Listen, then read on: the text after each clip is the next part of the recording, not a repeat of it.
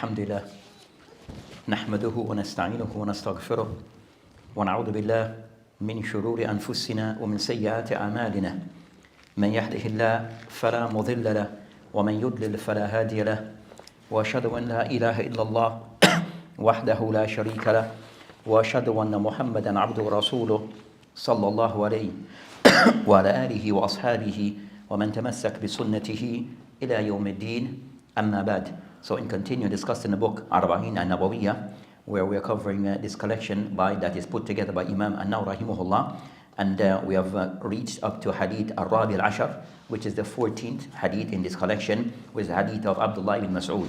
So with the Hadith will be read, and then we start to comment on the Hadith regarding the meaning and the understand and the meaning that can be taken from the Hadith. Aywa. بسم الله والصلاة والسلام على رسول الله عن ابن مسعود رضي الله تعالى عنه قال قال رسول الله صلى الله عليه وآله وسلم لا يحل دام امرئ مسلم إلا بإحدى ثلاث الثيب الزاني والنفس بنفسه والتارك لدينه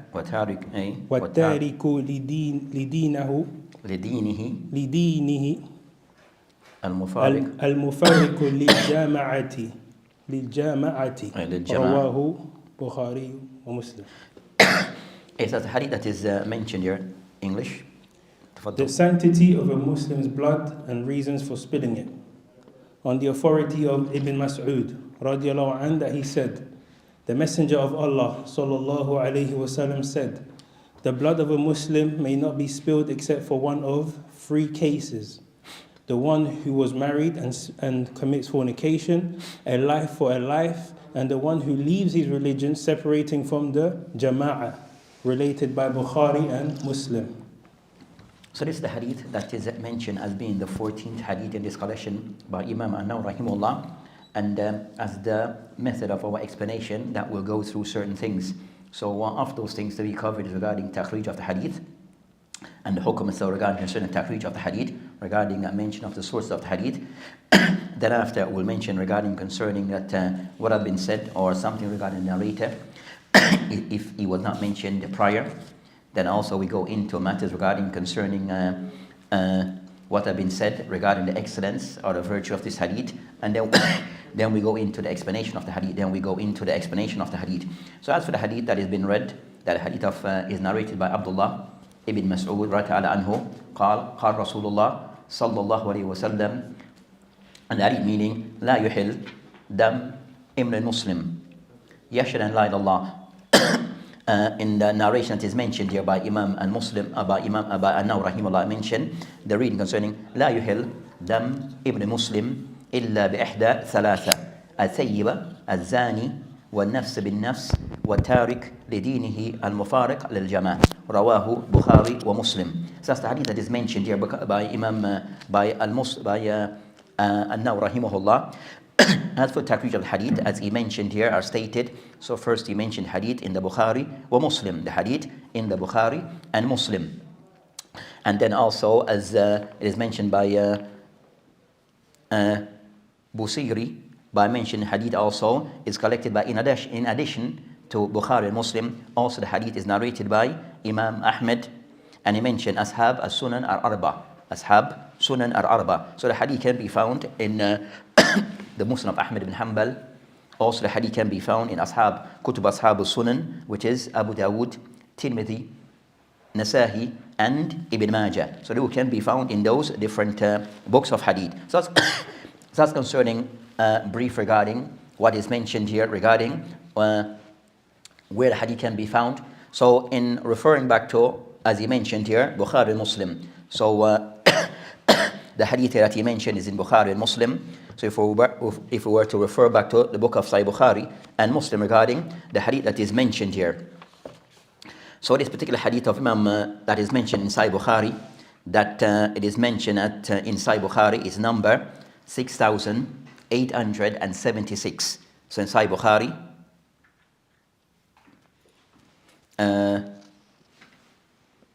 Sorry, that the hadith A is 6,000. So the hadith in the Sahih Bukhari, it is 6,878.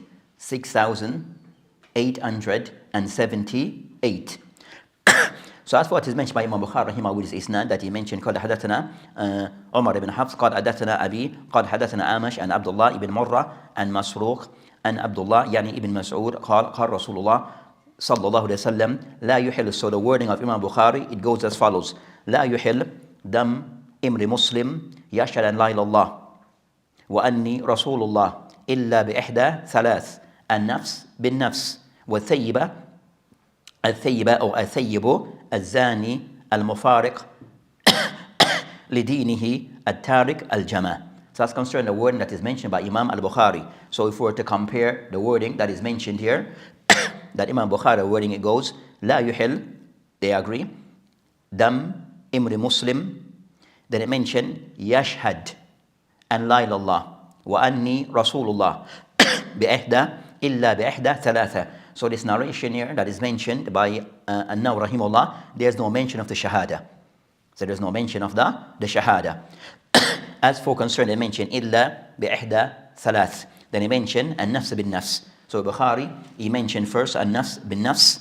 Then he mentioned الثيب. So with the narration of An-Nawawee, it mentioned H first, الثيب, نعم الزاني.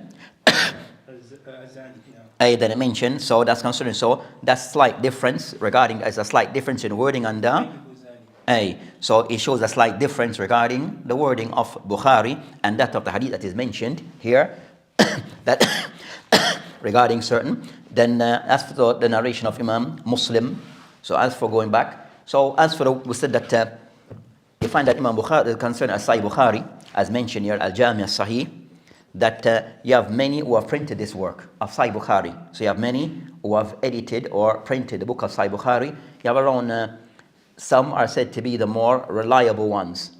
You have some that are said to be the more reliable of the prints of Sahih Bukhari. So you find that this one is said to be of Hind. So these are the prints from one of the Mashaykh from Al-Hind who have printed Sahih Bukhari, and also have some Taliq. And this one concerning the text of Bukhari, in this is also considered to be one of the reliable texts of Sahih Bukhari. So one of the reliable prints of Sahih Bukhari, this is one of them. This one comes larger. This one's like in 6 volumes, but also it is printed also in around 12 volumes or more. So the same book, it has 2 prints, one that goes into over 10 volumes, but this one is like more of a condense, which is in 6 volumes. But said the main thing that is one of the reliable prints of Sahih Bukhari. So it is by Ahmed Ali Saharan Furi, so one of the ulama of Hind, and this is also done by one of the ulama. Regards that's concerning that one is a reliable print of Sahih Bukhari. Then as for the more recent print of Sahih Bukhari, which is Bayt as-Sunnah, that is a more reliable, one of the more reliable prints also of Sahih Bukhari, and also Dar Ta'sil, that also have a generally reliable print of Sahih Bukhari. Also regarding the hadith now in Muslim, that's concerning Sahih Bukhari, so see that there's a difference regarding the wording that is mentioned by Nawawee and that is mentioned in Sahih Bukhari. So you have certain so like the Shahada is mentioned in Sahih Bukhari, but not mentioned in what is mentioned by Arba'in by An-Nawawee. So slight difference, and also the sequence of those that are exempt regarding those 3 also different in the sequence or the order. As what is mentioned by inside Muslim, that the hadith he mentioned it 2 wording of the hadith in the same place that I mentioned concerning that, again concerning Imam Muslim rahimahullah, that when he mentioned the hadith concerning قال حدثني أو قال حدثنا أبو بكر بن أبي شيبة قال حدثنا حفص بن غياث ومعاوية والوكيع أنا حفص أنا عبد الله بن مرة. So they said that أن مسروق أن عبد الله يعني ابن مسعود. So they said that madar of the hadith based upon the narration of Bukhari and Muslim, the madar of the hadith is around Abdullah ibn Murrah. Is the person that become where the hadith kind of somewhat it goes back to him, and then it kind of somewhat goes to different narrators. So they mention Abdullah. So that's the madar overall they mention hadith go back to Ibn Mas'ud Rata'ala anhu. Also in the books of hadith like Bukhari and Muslim, it says Abdullah, and they mention Ibn Mas'ud. Just mention Abdullah, and Abdullah قال Rasulullah sallallahu alayhi wasallam. So in the books of hadith they mention Abdullah without identifying who it is. In most cases it's Ibn Mas'ud. It is Ibn Mas'ud. So they mentioned the narration of Bukhari mentioned لا يحل, Muslim لا يحل دم امرئ مسلم يشهد أن لا إله إلا الله وأني رسول الله إلا بإحدى ثلاث التيب الزاني والنفس بالنفس وتارك لدينه مفارق للجماعة. So that wording is somewhat closer. It is this word that was just read by Imam Muslim, which is number 1720 according to the print of Dar Ta'sil. Now according to the print of Dar Ta'sil. So Dar Ta'sil regarding their prints, that their numbering is different from the number that are somewhat more established. So you have concerned the numbering of the hadith in Sahih Bukhari and Muslim. In most part, they follow the numbering of Fuad Abdul Baqi. So you have one of the those who have done some work on the book of Sahih Bukhari and Muslim, that is Fuad Abdul Baqi. That is the one somewhat that most regarding concerns. He's the one who started to put a numbering system to those hadiths. And his system is the one that is followed by most after him. So that numbering system of Fuad Abdul Baqi. Also, he's the one who did the book Al-Lu'lu wal-Marjan. So Fuad Abdul Baqi is the one who does the book Lu'lu wal-Marjan. So he did a few works on books of hadith, and amongst those works that he did is regarding the print of Sahih Bukhari and Muslim. But also he can somewhat with the hadith, he put numbering system to the hadith. It's not the most accurate, but it's the most followed. With me? So it's not per se regarding concerning his numbering system, because he was not a muhaddis. He was not a muhaddis, but he put a numbering system. So each hadith he give it a number. Type of thing. Sometimes the number, but he said it's not the most accurate and precise by the system of Ahlul Hadith, but he put a system that it became the system that is followed. Clear, Ikhwan?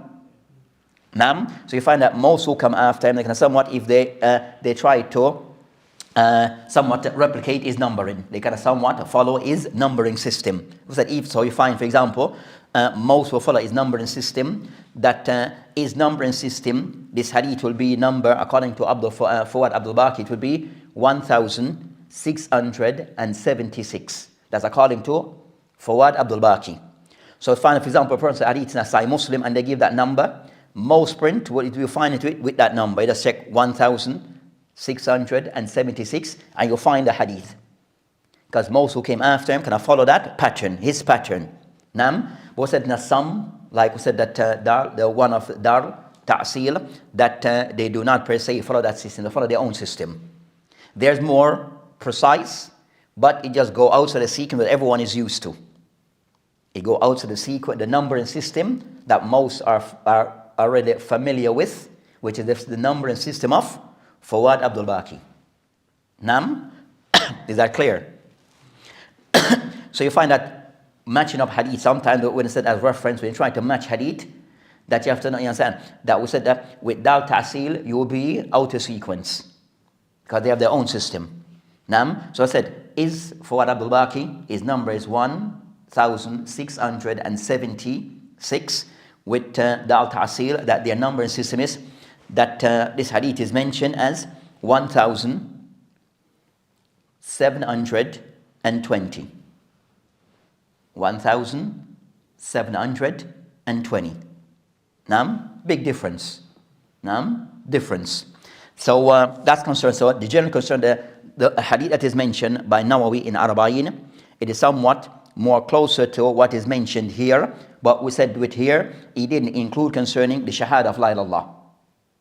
So he mentioned La yuhil dam imri muslim yashhad an la ilaha illallah. So that part, yashhad an la ilaha illallah wa anni rasulullah, it is not mentioned. So that we said bracket yashhad an la ilaha illallah wa anni rasulullah is not mentioned in the work of An-Nawawee. It's not mentioned in so it's somewhat a bit slight out. slight out regarding the exact wording mentioned by Muslim or even Bukhari. Is out by what is mentioned here by An-Nawawee. Then also he mentioned hadith again regarding concerning hadith. He mentioned following mention قال حدثنا أحمد بن حنبل ومحمد بن مثنى ولف لأحمد. So the wording of the hadith is by the wording of Ahmed. Now so you have two persons that is narrating upon Muslim. One Ahmed ibn Hanbal and also Muhammad ibn Muthanna. But the wording that he's going to mention is that of the wording of Ahmed. Nam. So he mentioned regarding concerning that said in a slight difference. He mentioned Qala, that both of them have said. So he mentioned حدثنا عبد الرحمن ibn al-Mahdi and Sufyan and Amash and Abdullah ibn Murrah and Masruq and Abdullah يعني ibn Masud قال قام فينا رسول الله صلى الله عليه وسلم قام فينا. So the second narration he mentioned the Prophet Islam that he was like addressing us. قام فينا in a way that the Prophet Islam was addressing the people regarding this matter. فقال, and he said والذي لا إله غيره والذي لا إله غيره. So that concerns like taking an oath. لا يحل دم رجل مسلم يشهد أن لا إله إلا الله وأني رسول الله إلا ثلاثة نفر. So that's like difference in additional in wordings. Nam, so the wordings is then mentioned التارك الإسلام المفارق للجماعة أو الجماعة شك في أحمد. So Ahmed shak regarding is the word concerning للجماعة or الجماعة. With me? Let technical matters. A bit technical. Aye. So they mentioned شك في أحمد. So Ahmed rahimahullah, that is wording that he has a little bit doubt regarding is to be said Tariq, the person who have left Islam, al-Mufaraq, who have separated lil Jama. So they have lil Jama. Nam, have separated from the Jama. Nam, or the word just Jama without the word lil added to it. So he had doubt to mention al-Thayyib, al-Zani, wal-Nafs bin-Nafs. So that's concerning the second wording of Imam Muslim. That's the second wording of Imam Muslim. So if we're to look at the wording that are mentioned by An-Nawawee and that of Imam Muslim is more closer to that of the first narration. As for the second one, it's more out regarding the second narration. So as for the first narration of Imam Muslim, that it is more in line. So the hadith have different wordings. So that to show the hadith concerning his wording. When you say the narration of Imam Muslim, is that the number 1720? Aywa. That one, okay. Hey, so like in this, he mentioned different asanid.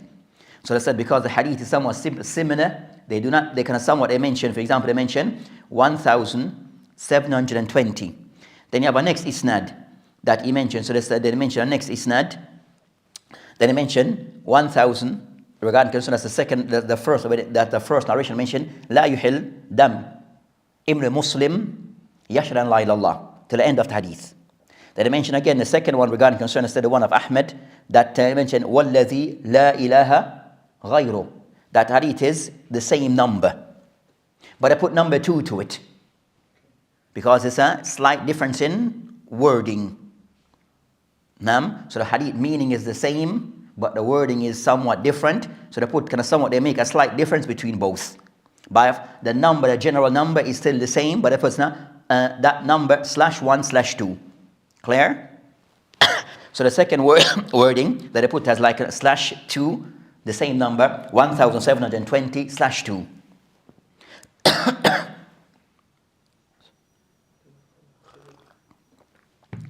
Those things go back to ilm al-hadith. Those things concern us, that have they said the beauty of ilm al-hadith and the technicality of ilm al-hadith. That regarding concern the books of hadith, those things need to be still to be kept alive. Still to be kept alive. So said those are the narration that is mentioned regarding concerning this particular hadith that goes back to Bukhari and Muslim. And we know that Bukhari and Muslim for now. So said the hadith, so that the main thing from this is so kind of somewhat that the wording, he said Bukhari and Muslim. But the wording that are found in Bukhari and Muslim is not exactly the wording mentioned by An-Nawawee. It's not the exact wording mentioned by An-Nawawee. Sometimes it becomes an issue regarding concern a person wants to memorize, arba'ina. So if the wording is not precise, then a person might memorize something that is not as precise as it should be, as in line with the actual original text. Clear? So that's the issue concerning those things, concerning that a person go to these books of Mukhtasarat and leave the books of the original books, that sometimes you might have a slight change in words. It's a tasarruf min al-musannif, where the author might do a slight change in certain wordings, where it might drop certain words or certain things or sentence, but that's a part of the original hadith. So the person who memorized the hadith, that if he was to go back, memorize Arba'in as it is now, as we just read, and compare the hadith, that if he was to go back to Sahih Bukhari, there's a slight difference. What I memorized and what is in the book is not exactly the same thing. So the person sometimes says, that sometimes it does occur. So it needs for the person regarding this book that come as Mukhtasarat is sometime to go back to the original hadith to make sure they memorize the hadith as in the original text. As in the original text.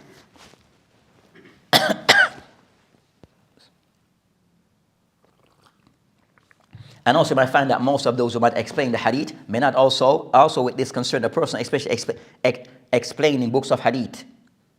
Books in hadith, at times if it's a mukhtasar of the book itself, then a person that's not as much of a problem. But when a person know a book, for example, Arba'in, Bulugh al-Maram, to see that is the hadith mentioned there in Bulugh al-Maram, is the exact wording as the hadith, as he would reference back to those original sources, then those are things the person need to be mindful of. So a person might explain Arba'in, and they will never go back to the original hadith. To check to see is the exact wording, and this is because of at times the person not understanding the manners of the author. We're concerned An-Nawawee that at times he may not be that as stick to the exact wordings as mentioned in original books. I will mention the first hadith when we discuss. So the person has to be mindful of those things, Also regarding concern this hadith, that regarding takhrij, so we're still on takhrij of the hadith. Now, just going to somewhat highlight regarding the original source of Bukhari, and also the hadith here also is narrated by others. We mentioned that, as mentioned by Busiri rahimahullah, that also the hadith is collected in Kutub, in Al-Musnad of Ahmed, and also the hadith also collected in As-Sunan al-Arba. So the hadith is, the hadith in Abu Dawud, the hadith in the Tirmidhi, Nasahi, also the hadith in the Ibn Majah. And you find that also with the hadith, also you find slight differences in the wordings. So you go back to some other, so also you might find slight differences in the wordings of those sources. Also next, so that's concerning the other sources that this hadith is found within Kutub Sittah and Musnad. Also this hadith that regard that mentioned by Ibn Rajab rahimahullah, that also this hadith also you find that others among the Sahaba have narrated this hadith with a similar meaning.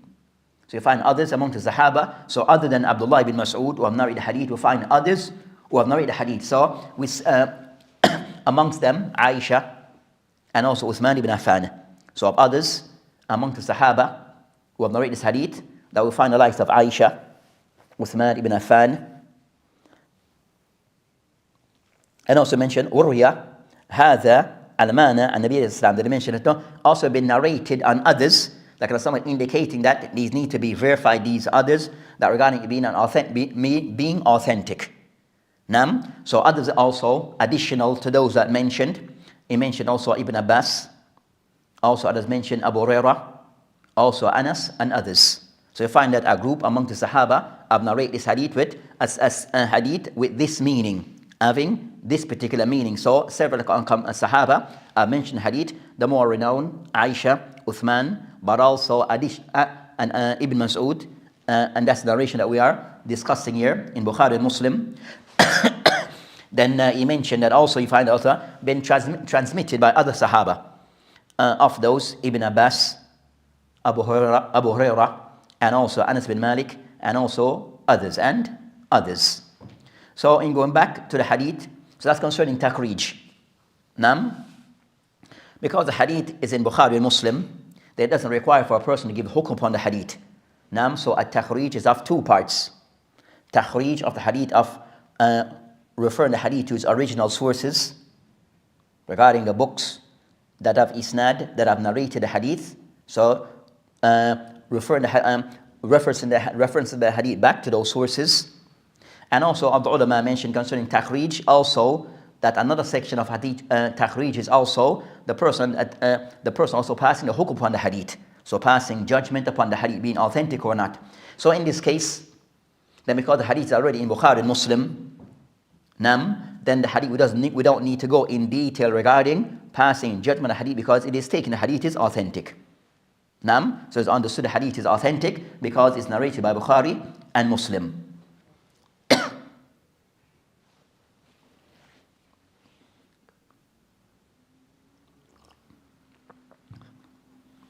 As for the hadith, then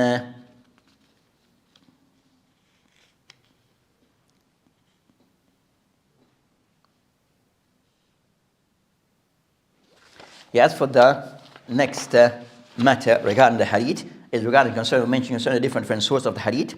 So find the hadith mention different wordings regarding the hadith. Some mention tariq al-dinihi al-mufariq lil-jama' or mufariq al-jama'. Also I mentioned the hadith concerning that وَالَّذِي لَا إِلَهَ غَيْرُ, that also the Prophet Islam taken an oath regarding the hadith. Also in some of the narration mentioned to give more clarity, tariq al-Islam al-mufariq lil-jama' or al-jama'. So also some narration mentioned, like inside Muslim, at-tariq al-Islam, the person leaving Islam, al-mufariq lil-jama'. So it shows regarding the person who have left Islam, you have actually left the jama'.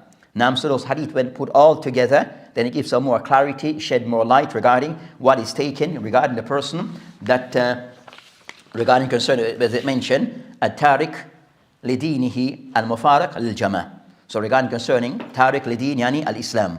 So that's concerning different wordings of the hadith, different wordings of the hadith. Then it mentioned some mention illa thalatha nafar, except for 3 people that these certain things applies to them. As for the hadith, second matter after takhrij of the hadith, then regarding concerning al-rawi al-hadith. So the rawi of the hadith is Abdullah bin Mas'ud, and we have spoken about him previous. So we have spoken about Abdullah bin Mas'ud radiyallahu anhu in previous hadith, which will be hadith number 4. So hadith number 4 we have mentioned regarding Ibn Mas'ud. Also regarding concern the next matter regarding hamniyat of the hadith. So the hamniyat, the importance of this hadith, and the hadith status, it is mentioned by concern that it is mentioned by قال Ibn Mahdi wa Ibn Madini. So you have Ibn Mahdi wa Ibn Madini, 2 of the ulama, kibar ulama of al-hadith, that they mention in madar al-hadith al-arba', that they mention that madar, that hadith, that it revolves around 4. So all the hadith, it revolves, it's centered around 4 hadith. Those 4 hadith that they mention, 1, al-amal bin niyat. So a hadith, it revolves around 4 hadith in general, so they could be summarized into 4 hadith. Al-amal bin niyat. Second, la yuhil dam Ibn Muslim, the hadith that we are discussing. The third, they mention bunya Islam as being the third. And the fourth, al-bayyina ala mudda'i. Al-bayyina ala mudda'i. So those are the 4 hadith they mention, that a hadith, they can revolve around those 4. Or the core of a hadith revolves around these 4. So 1, al-amal bin niyah, la yuhil dam Ibn Muslim, and bunya Islam, and the 4th, al-bayyina ala mudda'i. Also al-Aythami, I've mentioned, or of those who have explained this Arba'in. So we have Ibn Hajar al-Haythami. So we have several of the ulama said that referred to as Ibn Hajar. So we have Ibn Hajar al-Asqalani, and also we have in this case Ibn Hajar al-Haythami, that he mentioned that that is hadith min qawahid al-khatira. That is hadith is something that is hadith that is very severe, dangerous. لتعلقه بالأخطر أشياء, because it is related to the most serious matters. The hadith is a very serious hadith because it is related to matters that are very serious. It is related to affairs that are very serious. وهو الدماء, which is regarding matters regarding spilling of blood. Is regarding spilling of blood, concerning ad-dima, spilling of blood or taking of people's life. So they show that something is very severe. وبيان ما يحل منها, and also to clarify under what circumstance it's allowed to take a person's life. وما لا يحل, and when it is not allowed. So this hadith, kind of somewhat he mentioned regarding concerning this hadith, is something which is a very severe hadith, because it relates a matter regarding taking of people, matter that are very serious. So it's a very serious hadith because it relates to dima, spilling of blood, and also it clarifies in this hadith some of those cases where it's allowed to take a person's blood, spill a person's life, take a person's life, and also where it is when it is not allowed. So it shows concerning that this hadith discusses those very important topic. Also, for the meaning of the hadith, the next matter regarding the meaning of the hadith, that is hadith, it kind of somewhat it discussed concerning those matters regarding concerning one, it discussed concerning matters regarding that the life of a Muslim is to be respected, and as I said, ma'soom, his life is to be preserved, and also that under certain circumstance a person's life can be taken. Under what circumstance a person's life can be taken? It clarifies some of those matters. And in this case, the hadith give 3 cases where a person's life can be taken within the Sharia. So in these 3 cases, so the general ruling that a life of a Muslim is to be honored, his blood is not to be spilled. That's the general rule. But also in certain circumstances, his life can be taken. A person's life can be taken, and the person who fall into one of these acts that are mentioned. From the hadith, so it relates regarding concern of those cases a person's life can be taken regarding illegal sexual, the person involved in illegal sexual practices. The second, regarding the person's life can be taken regarding the person spilling the blood of another, meaning taking the life of another person. And the third case is a person leaving the fold of Islam, the person who have left the fold of Islam, the person who have left Islam and taken on another way. So that's concerning under the circumstance a person's life can be taken. And we'll discuss each of those we discuss each of those in detail. Also from the hadith, that it kind of somewhat it covers regarding matters that is aqadiyah, matter that relates to the Muslim belief, and that regarding concerning the person who fall in a major sin. So regarding concerning matters regarding belief, regarding concerning a person who falls in a major sin, to the degree the person's life can be taken, but that person is still said to be a Muslim. So a person falls into certain major sin to the extent that their life can be taken. Does that mean the person have left the fold of Islam? That's not the case. That's not per se the blanket statement. Because the person fell in a major sin, then the person's life, and even mean the person's life is taken, it means automatically the person have left the fold of Islam. That's not the case. So is regarding concerning matters regarding al-i'tiqad, regarding irtikab al-kabahir, the person who falls, the one who falls in a major sin, what's the ruling that applies to those circumstances? So it mentioned regarding a zina, it mentions a major sin because the person's life is taken. Also, the person taking another person's life unjustly, and also the person have left Islam. So it shows that all of these are major type of sin. Some of the person, in some of these sins, with a person still a Muslim, and some the person is not a Muslim. So in some of these cases, that the person is still said to be a Muslim, even when the punishment is passed down upon them and the judgment, and they are punished according to what is stipulated in the Sharia. And cases where the person who fall into certain sin is of the extent where the person actually sin, he has been removed from the fold of Islam. So the person being able to can make those distinctions. So you find that certain groups fell into error, severe error, regarding concerning how they manage or looked at case where people fell into major sins. And those are the people who fell into a serious error is regarding concerning the Khawarij. So the Khawarij, regarding that way of looking at the text, that they see that they took the opinion that the person who fell in a major sin is not a Muslim. The one who fall in a major sin, then he is not a Muslim.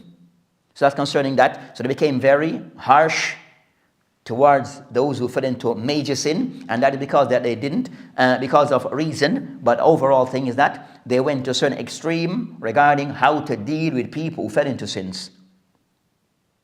Then you find so that's concerning that matter, and that matter it still lives on today, of the Khawarij of old, from the time of that they were from of old, and they still remain until today, regarding people who have that mindset and try to apply it and live by it. So you find that it still remain until today.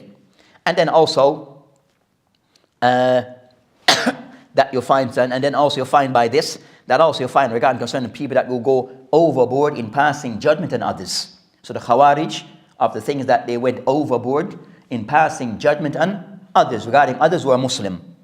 By way of takfir, of the person who fell into sin, that they went over the top and over the board in passing of judgment upon those who fell into sin.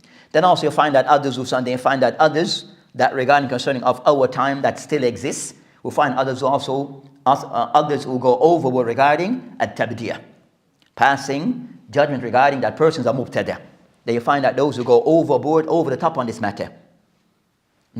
So they have principle that they follow, that is not per se totally in line with Islam. So because it is principle that they have set, that they follow, then you might find that they are the ones who follow those things. But as for the evidence to prove of those things, then it's something to be looked into.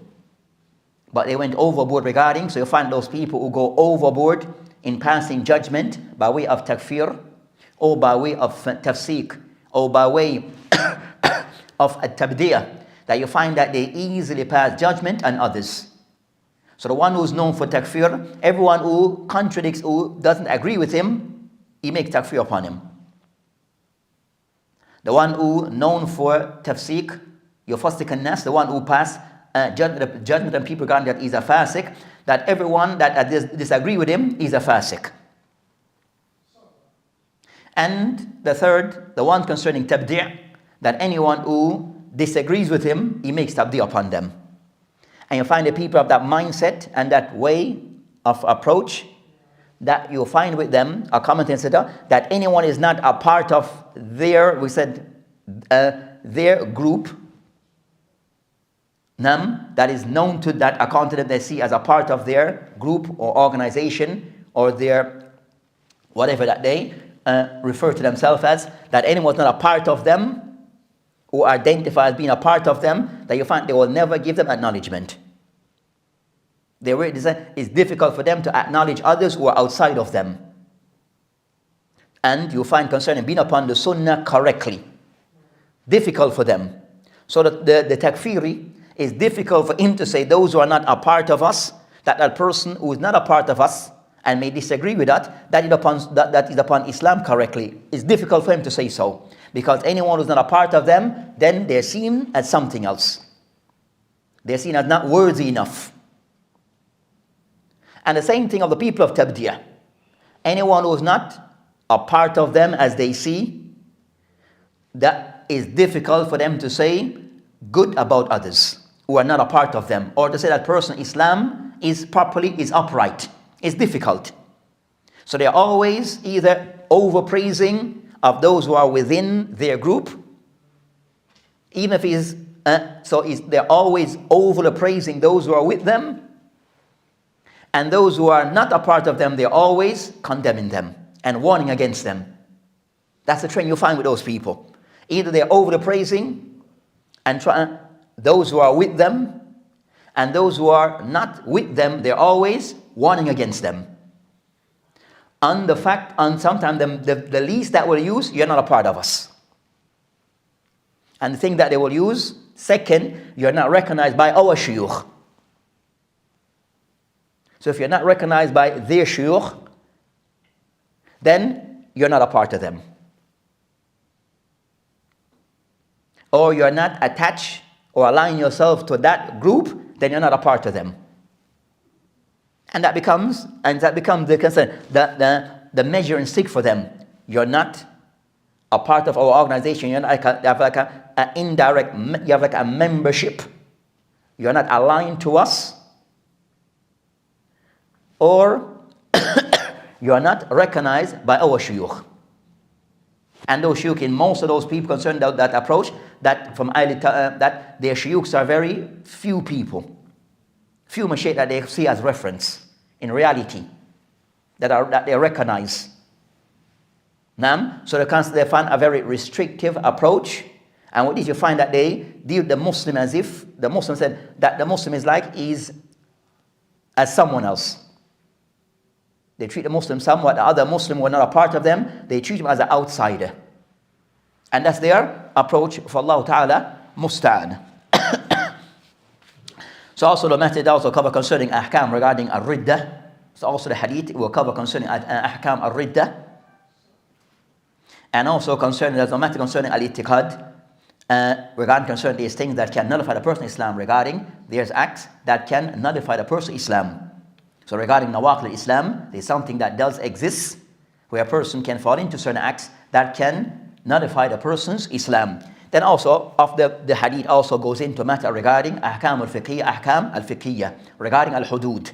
So regarding concerning the bab, chapter regarding hudud, regarding Islamic punishment, that these things are real and they do exist. And Islam does have a system regarding the type of punishment to be given for a person who have falling into certain type of crimes or certain acts that requires a form of punishment. So these things are somewhat clarified within the Sharia in some details regarding these matters. So the hadith kind of somewhat goes into, as mentioned, matter regarding ahkam al-shar'iyya, more so in the bab of hudud, regarding concerns to the matter regarding these matter concerning az-zina wa qatl al-nas, that will be covered concerning the books of fiqh in the bab of hudud, regarding concerning. So some of those things to be highlighted as we go along regarding this particular explanation.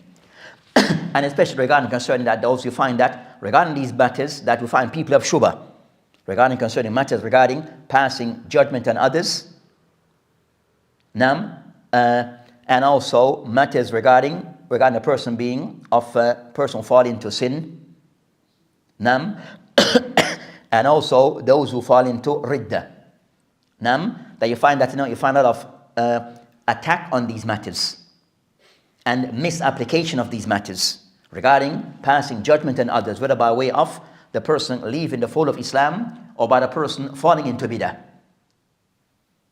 That you find that a lot of misconceptions and principles that are somewhat made up and applied, or principles that do exist but applied improperly. So the shubha in this area, you find that that you find that it is something which is common and somewhat at times can be widespread. And the people that you find that is more widespread amongst, regarding concerning the shubha regarding passing judgment on others, regarding concerning al-ridda, and also matters regarding al-tabdi' al-takfir, that you find of those people fall into that are, unfortunately, you find people who are mutadayyin. Regarding concerning passing judgment on other people who somewhat fall into this more frequent and more problematic are people who are said to be people are mutadayyin. People are trying to be upon Islam and apply Islam. That because of al-ghira, of this trying to have some because of and that they sometimes fall into going over the top on this matter. Without some that they want to protect Islam. And they want to honor Islam. And I want to see Islam something which is that Islam is established correctly. But at times with these things, at times they can go over the top. What they're in trying to defend Islam. So the intention they have may be something which is noble, but what is done by out his approach may not be as noble. So the thing to make something honorable and noble is where everything, all the pieces are together. All the pieces are together. Then you find so set of people who sometimes mutadayyin, that sometimes they go into extreme on these matters. And you find the people are mutamayya, the people kind of some want to water down Islam. They want to rip everything out of Islam and leave it to nothing, just by name. That also the people that also they sometimes try to attack Islam by attacking these things. So the people want to water down things. Want to reshuffle things, want to redo Islam to suit our time. People want to be very moderate regarding other protest. At times, they're the ones that also they fall into these areas regarding concerning that in sense of they start to deny these things. So their shubha is by way of they start to deny of these things, or they try to explain these things away. So you find that's concerning those things to be mindful of. So you find people, and you find the ones who you find that you have certain people who said the du'at of Islam. You find people who are du'at of Islam. They said those who go over the top, they are quick to pass judgment on others without clear guidelines in place. And second, those people, you find that those people want to water down Islam, but they also put themselves as du'at. They put themselves as du'at. People are doing it because they want to modernize, to make Islam modern, to make Islam somewhat compatible, but to whom and to what? So they are the ones who have shubha. So the shubha at times is because of jahl, ignorance of these ahkam from both sides. The person is jahil and he's sincere and he's genuine. He may have ignorance, but if he's taught and these things are brought to his attention, he'll go back to the right. He'll go back to the right path. Because he was ignorant, not knowing these things, so when it is made clear to him, he'll accept them. That the person who is jahil, because he was not aware of the proper position taken by Islam on these things. So when he's set, or things are given to him properly and in place, then if he's sincere, he'll accept them. And the person is not, then Allah musta'an. Then you have the next person, regarding that person is intent that he just want to take a path. His thing is that he sees Islam in his way. Regarding ittiba al-hawa, that person want to follow their desire. So whatever is presented to them as proof, clarity, the aqwal of the ulama, adillah, they'll still reject it. So they see that the matter regarding al-ridda, the ahkam of ridda is not applicable in our time. We have hurriya, the person have a right to make their own decision and make their own choice, and no one should attack or say anything a person who chooses to make their own choice on any matter, including concerning the deen that they want to follow. So they said, no, just like as you as a Muslim, who may be of other faith, who choose to take Islam and no one is against that, then the same thing that a Muslim can do the same. Because for you to enter, we accept this for people, we accept this from others to come into our faith. So why should we accept other Muslim, some of ours to leave the faith according to them? Because they said hurriya, because of people have the liberty to make their own choice. Whether you want to come in or you want to go out, according to them. So they have shubha on those things. That's not based upon any matter regarding al-sharia. It's just based upon ittiba al-hawa. Based upon ittiba al-hawa. Or the person, and so, or the person, they know the text, but they haven't said, again, they want to follow their own desires. They see the text, but still they try to follow they're still upon their own desires. So these are the shubahat that you find people have misunderstanding regarding matters, and also regarding concern that people want to follow their own desires. People want to follow their own desires.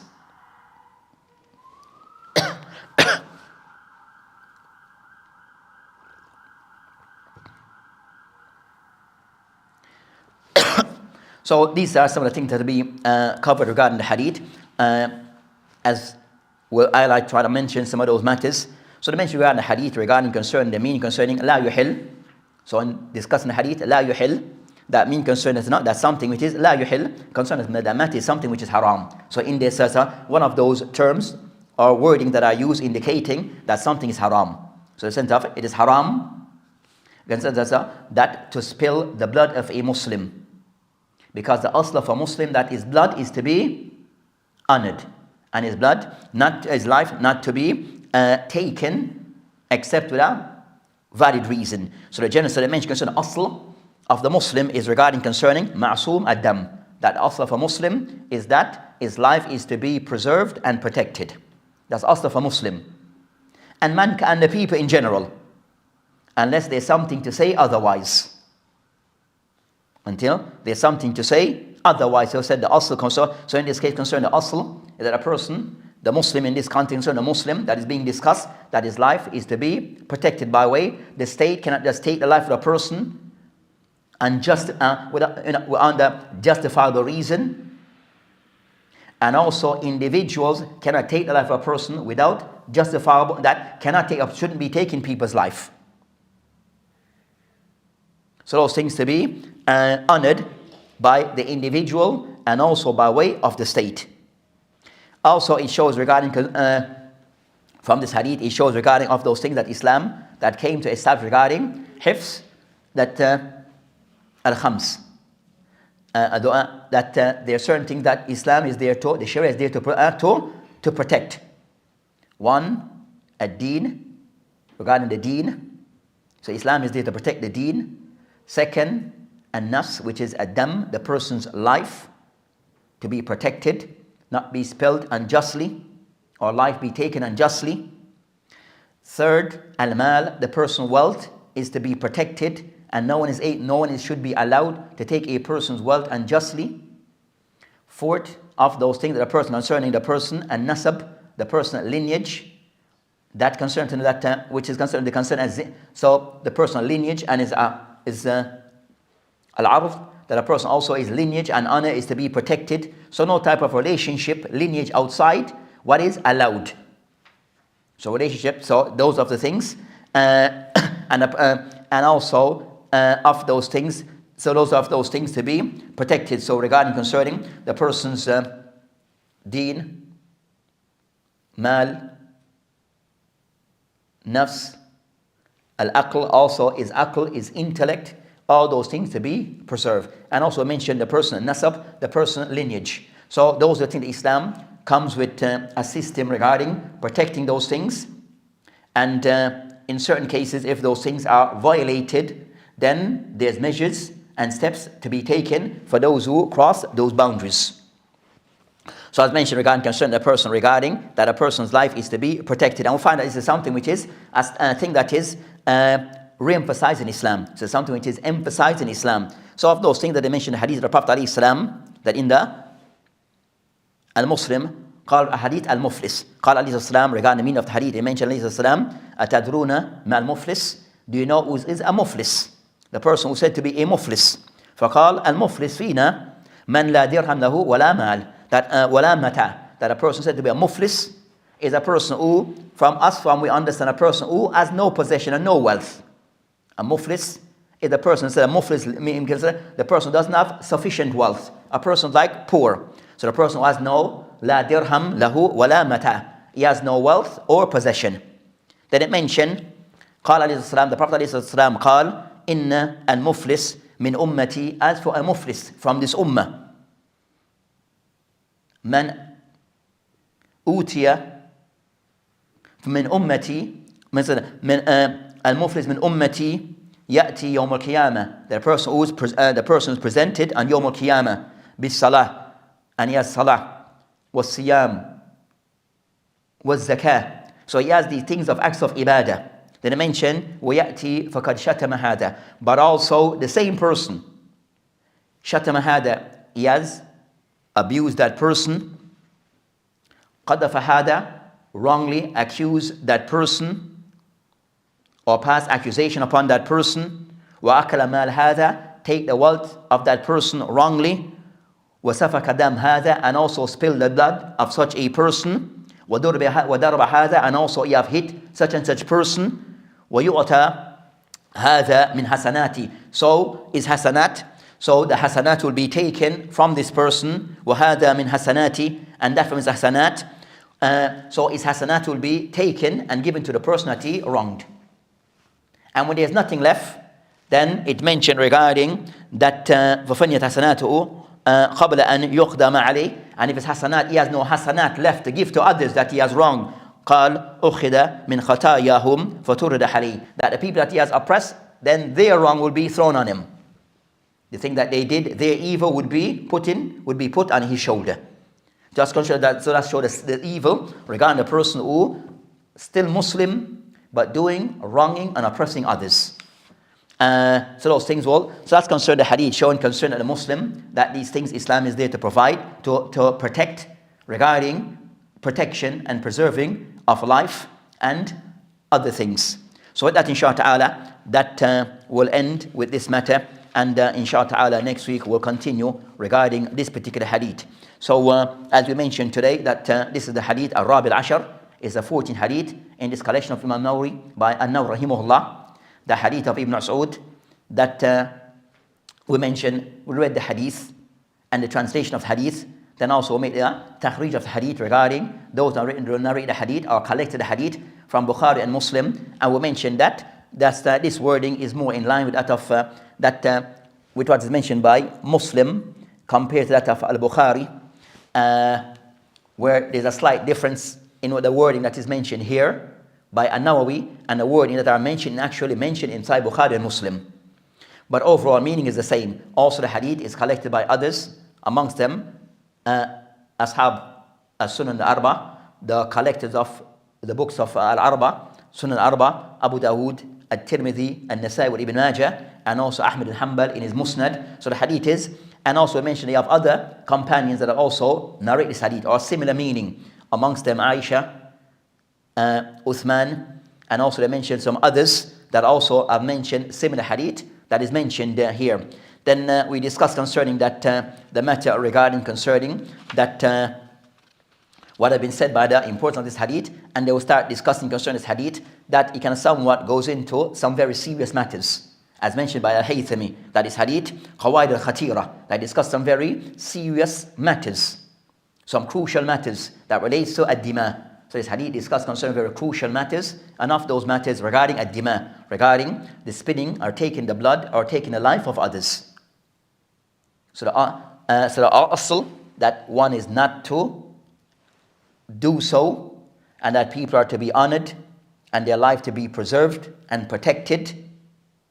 But the Sharia also gives certain cases and cases where a person's life can be taken, or the person can be life can be taken based upon the person have committed certain crimes. The person have committed certain acts where the punishment for those acts is that the person's life can be taken. So that's kind of somewhat the hadith. So also mentioned the hadith here, it also covers concerning matter regarding i'tiqad, the belief regarding murtakib al-kabair, the one who fall in a major sin, how to deal with those cases, and the view of Ahl Sunnah regarding al-kabair. We'll find those who go over the top regarding on those matters regarding hukum upon others of the past, and it still remain until today, and also the matter discussed concerning matter that relates to regarding concerning nawaqil Islam, things that can remove the person from the fold of Islam. And then also third, it discussed concerning matters regarding al-hudud, matters regarding the punishments that regarding certain acts that the person might fall into. So that inshallah ta'ala will be we said that at the start of this what have been mentioned here today regarding the discussion relating to this particular hadith, and next week inshallah ta'ala that will continue covering other points related to this hadith. With this inshallah ta'ala will end. وبالله تعالى توفيق وهادي إلى سبيل والآخرة والحمد لله آمين. السلام عليكم ورحمة الله وبركاته.